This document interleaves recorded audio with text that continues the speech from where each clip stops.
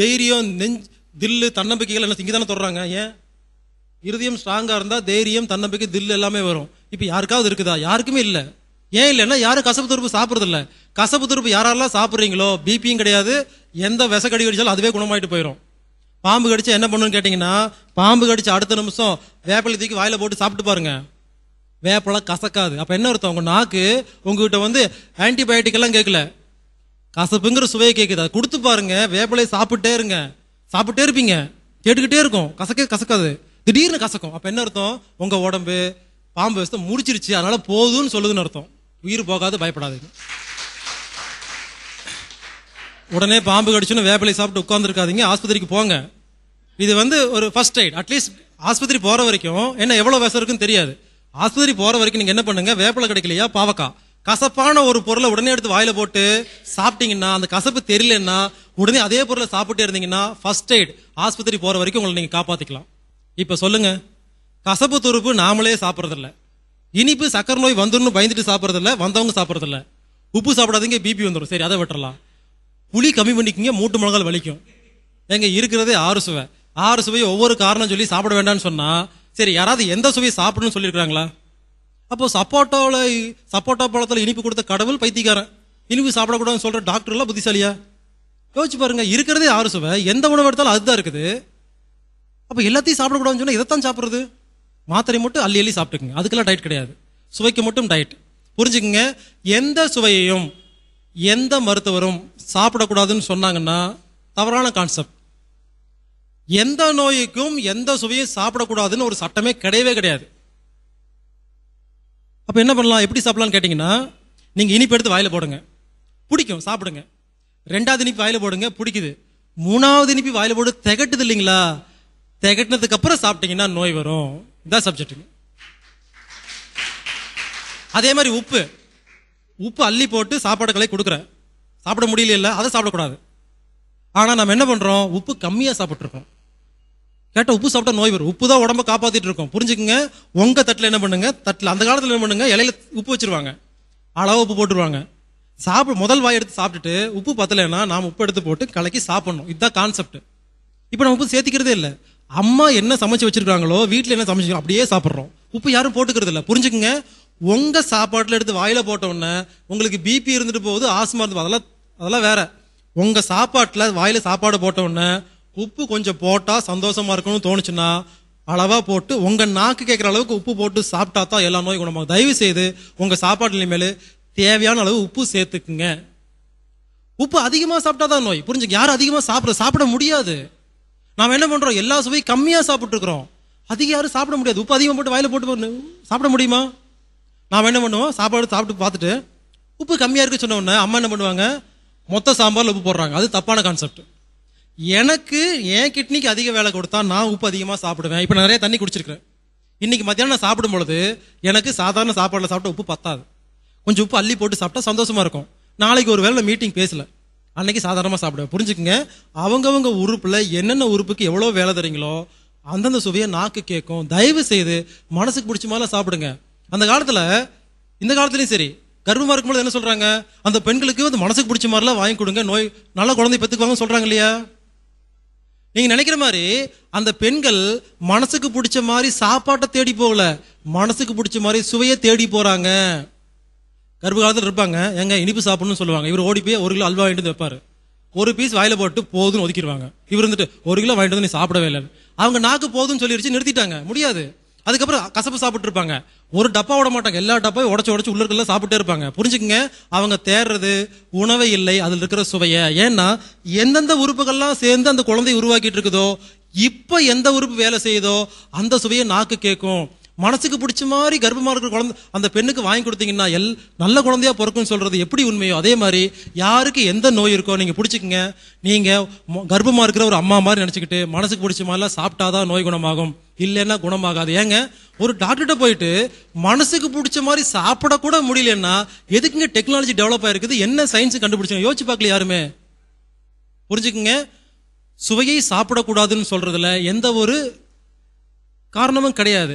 உங்க நாக்கு தான் டாக்டர். உங்க நாக்கு திகட்டினதுக்கு அப்புறம் இனிப்பு சாப்பிடாதீங்க, உங்க நாக்கு உப்பு அதிகமா இருக்கு அப்ப சாப்பிடாதீங்க, ஆனா கேட்கிற அளவுக்கு சாப்பிடுங்க. சொல்லும் இனிமேல் நாக்கு டாக்குன்னு நினைச்சு பாருங்க, எல்லா நோயும் குணமாகும். அந்த காலத்துல நம்ம என்ன பண்ணுவோம், 6 சுவையில சாப்பாடு சாப்பிடுவோம். ஒவ்வொரு நேரமும் நம்ம உடம்புல மருத்துவம் பார்த்துட்டு இருந்தோம். இந்த நேரத்துல எந்த உறுப்புக்கு எந்த வேலை கொடுத்துருக்கீங்களோ அந்த சுவை அதிகமா சாப்பிடுவோம், மற்றதெல்லாம் ஒதுக்கிடுவோம். இப்படி ஒவ்வொரு நேரமும் 6 விதமான சமையலை சாப்பிட்டு பல சுவைகளை சாப்பிட்டு நோயை குணப்படுத்திருந்த நாம இப்போ சுவைகளை பார்த்து பயப்படுறோம். சுவைகள்ல மட்டும் டயட்டு, மருந்து மாத்திரை டயட் கிடையாது.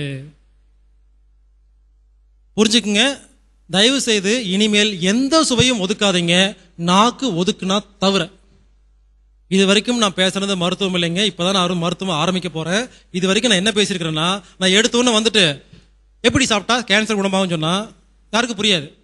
இப்படி சாப்பிட்டு இப்படி தண்ணி குடிச்சு இப்படி தூக்கி இப்படி உழைச்சி இப்படி மூச்சு காலத்துல கேன்சர் குணமாகும், சக்கரை குணமாகும் யாருக்கா புரியுங்களா? சோ நான் என்ன பண்ணிட்டேன்னா, ஒவ்வொருத்தருக்கும் பல கேள்விகள் இருக்கும். மொத்தமா உலகத்தில் இருக்கிற எல்லா மருத்துவ சம்பந்தமா இருக்கிற எல்லாத்துக்கும் இருக்கிற கேள்விகளுக்கான பதில சொல்றதுக்கு பொதுவா ஒரு கதை மாதிரி நான் கொண்டு வந்துட்டேங்க. இது வரைக்கும் பேசுறது உங்க மனசுல இருக்கிற கேள்விக்கான பதில். இப்ப நான் சொல்றது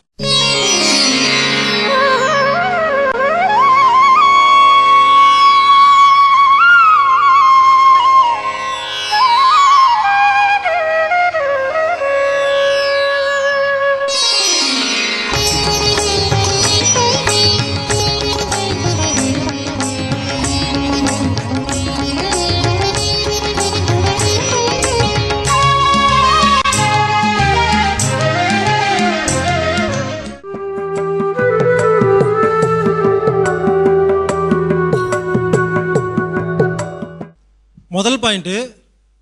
சாப்பிட்ற சாப்பாட்டில் 6 சுவை இருந்தாதான் அந்த சாப்பாடு ரத்தமா மாறும்.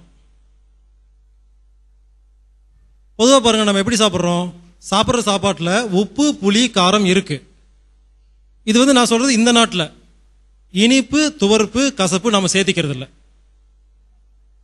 இப்போ நாம உப்பு, புளி, காரத்தோட சாப்பாடு சாப்பிட்றோம். அந்த சாப்பாட்டில் இனிப்பு, துவர்ப்பு, கசப்பு இல்லைன்னு வச்சுக்கலேன், என்ன ஆகுன்னு பாருங்க. சாப்பாடு வயிற்றுக்குள்ள போகுது. ஏற்கனவே பார்த்தோம், இனிப்புங்கிற சுவை தான் இறைப்பைய வேலை செய்ய வைக்கிற சத்துன்னு பார்த்தோம். இறைப்பை என்ன பண்ணும், நாம உப்பு, புளி, காரத்தோட சாப்பாடு சாப்பிட்டு இனிப்பு சாப்பிடாம இருக்கிறனால இந்த வயிறு என்ன பண்ணுது, வேடிக்கை பார்க்குது. இனிப்பே சாப்பிடலையே, நான் எப்படி ஜீரணம் பண்றேன்னு சொல்லி எப்பப்பெல்லாம் நம்ம இனிப்பை உணவுல சேர்த்திக்கலையோ அந்த சாப்பாடு ஜீரணமாக மாட்டேங்குது. ஏன்னா இறைப்பைக்கு தேவையான சக்தியே இனிப்பு தான். இறைப்பை என்ன பண்ணுது, இனிப்பே சாப்பிடல, எனக்கு எப்படி சத்து இல்லாம எப்படி ஜீரணம் பண்ணுறதுன்னு சும்மா வச்சுக்கிட்டு 1 மணி நேரம் சும்மா வச்சுக்கிட்டு அது கீழே தள்ளுது. சிறுகுடல் என்ன பண்ணுது, அதுவும் சும்மா வைக்குது. ஏன்னா சிறுகுடலுக்கு தேவையான கசப்பு, தோறுப்பு நம்ம சாப்பிட்றதில்ல. நம்ம பார்த்தோம் இல்லைங்களா, ஒவ்வொரு சுவைக்கும் ஒவ்வொரு உறுப்பு சம்மந்தப்படுத்தி பார்த்தோம். அந்த மாதிரி இறைப்பை வேலை செய்யணும்னா இனிப்பு சாப்பிட்டு தான் ஆகணும். கசப்பு, துவர்ப்பு சாப்பிட்டா தான் சிறுகுடல் வேலை செய்யும்.